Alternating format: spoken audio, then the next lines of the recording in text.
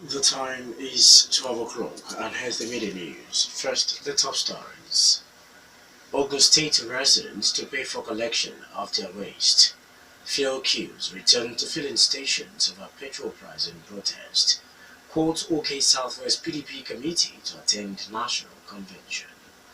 IGP orders restructuring probe of state special anti-robbery squad, SARS. France warns US against recognizing Jerusalem as Israeli capital. Giant diamond unearthed in Sierra Leone fetches $6.5 million at US auction.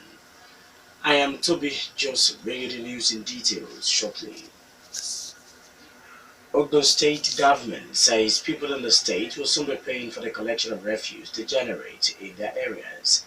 Governor Bikulamoso, who made this known, says people residing in the state must be ready to pay for some of the social services being provided by the state government.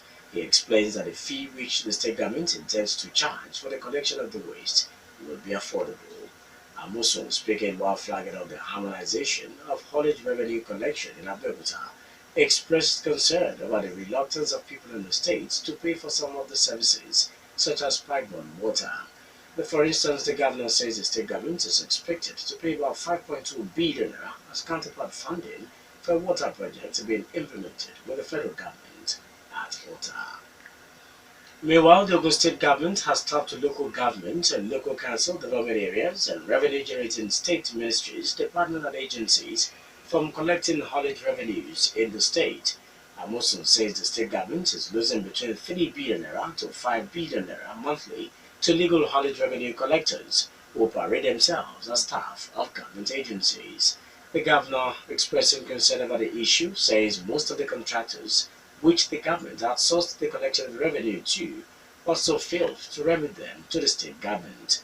Amoso says the collection of the haulage revenue will be outsourced to the traditional rulers and other interested stakeholders who will be rewarded with 10% of the revenue collected. Some of the stakeholders at the event, including traders and haulage collectors, said the harmonization program will not be a success if government fails to address the harassment by policemen who beat up licensed haulage collectors and extort traders on the roads. Fuel queues have begun surfacing across major cities in the country as independent petrol product marketers threaten to stop lifting product. On Monday, the queues were noticed at some of the filling stations in Lagos, Ilori, Benin City, Calabar, and Sokoto. The Independent Petroleum Product Marketers Association of Nigeria, IPMAN, threatened to fully stop selling products as of Monday over the sale of petrol to its members at above the approved price by depot owners. IPMAN Southwest Chairman Depot Ahmed says they could not continue buying a litre of petrol at 142 naira instead of approved 133 naira 28 cover and sell at 145 naira per litre to motorists.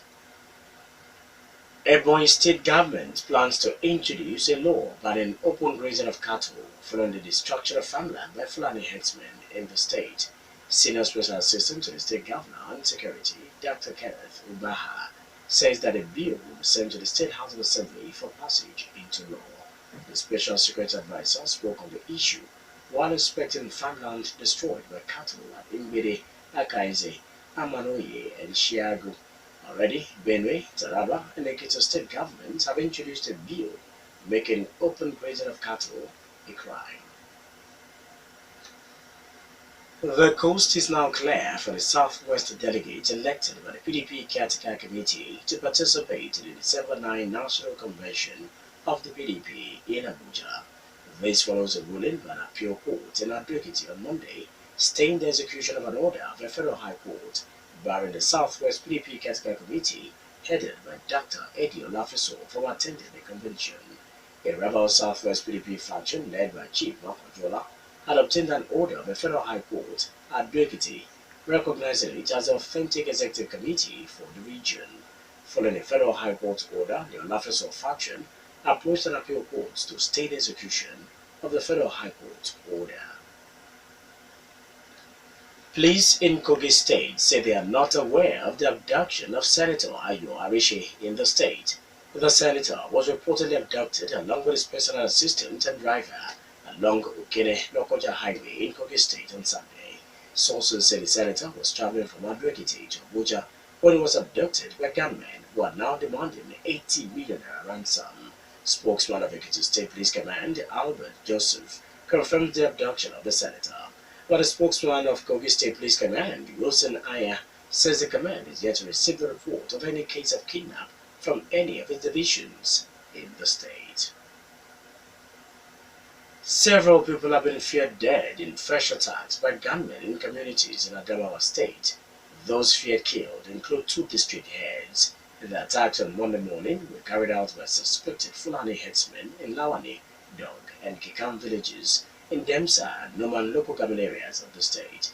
2 weeks ago, more than 50 Fulanis were killed by gunmen in Noman local government area. In the fresh attack, which began 5 a.m., the gunmen also burnt homes in the village. Spokesman of the State Police Command, Abubakar Othman, confirmed the attack but could not immediately ascertain the number of people killed.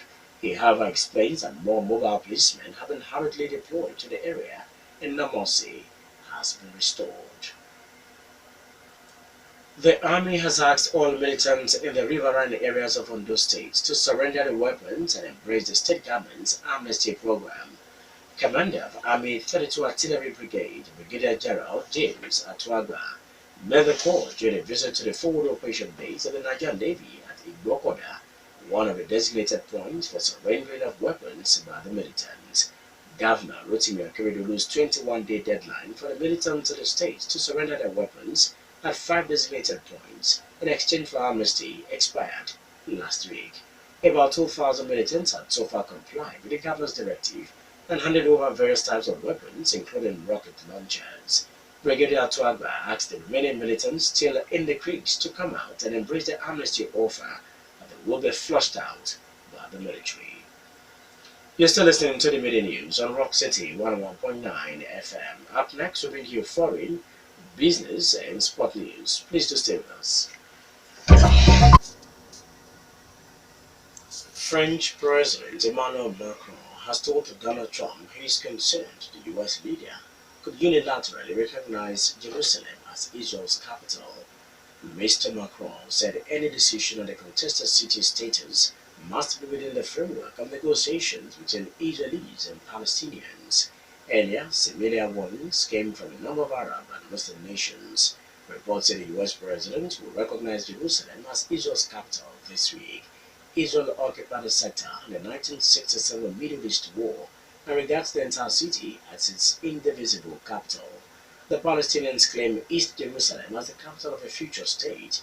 According to 1993 Israel-Palestinian peace accord, its final status is meant to be discussed in the later stages of peace talks. Organization of American States says it could not be sure Honduras president won a second term in an election last week. It cites irregularities and errors in the process and calling for a recount of nearly a third of the vote. Authorities finished counting votes on Monday after a week of increasingly widespread criticism about the November 26 election. Former Bolivian President Jorge Quiroga, heading the OAS election observation mission in a Central American country, says the tight margin, along with the irregularities, errors, and systematic problems that have surrounded this election, it does not allow the mission to be certain about the result.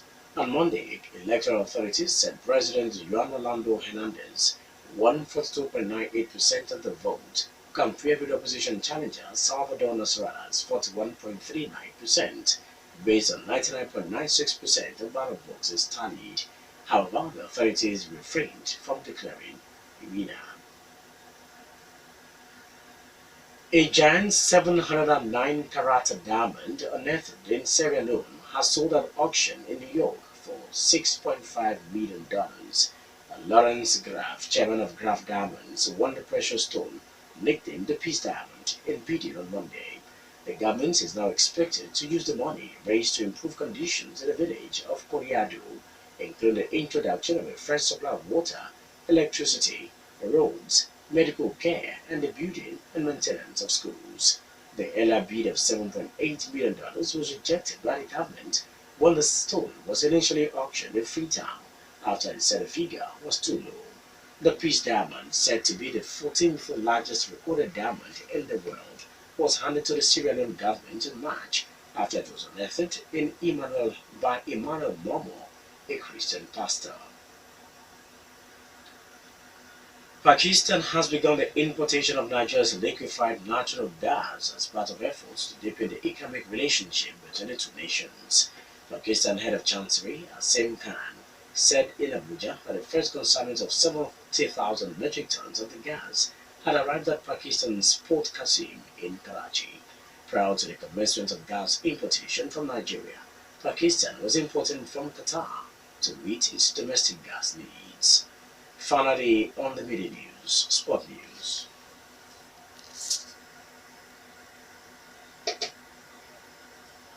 Nigerian Football Federation NFF President Amaju Pinnick says he's optimistic the Super Eagles can reach the semi-final of the 2018 FIFA World Cup despite being in a tough group. The Super Eagles placed in Group D will play alongside Argentina, Iceland and Croatia. Speaking as a guest on CNN with anchor Alex Thomas, Pinnick stated his belief that the Super Eagles will go a long way in Russia. He said with the current crops of players, the Super Eagles are capable of matching any team because of their positive mentality.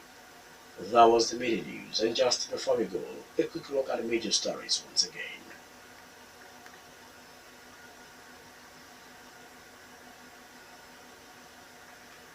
Ogun State residents to pay for collection of their waste. Fuel queues returns to filling stations over petrol price in protest. Court OK Southwest PDP committee to attend the national convention. Police IG orders restructuring probe of state special anti-robbery squads. France warns US against recognizing Jerusalem as Israeli capital. Giant diamond unearthed in Sierra Leone fetches $6.5 million at US auction. For more stories and to listen to us live, please log on to our website www.rockcityfmradio.com/live. Thank you so much for listening. I am Tobi Joseph. Good afternoon.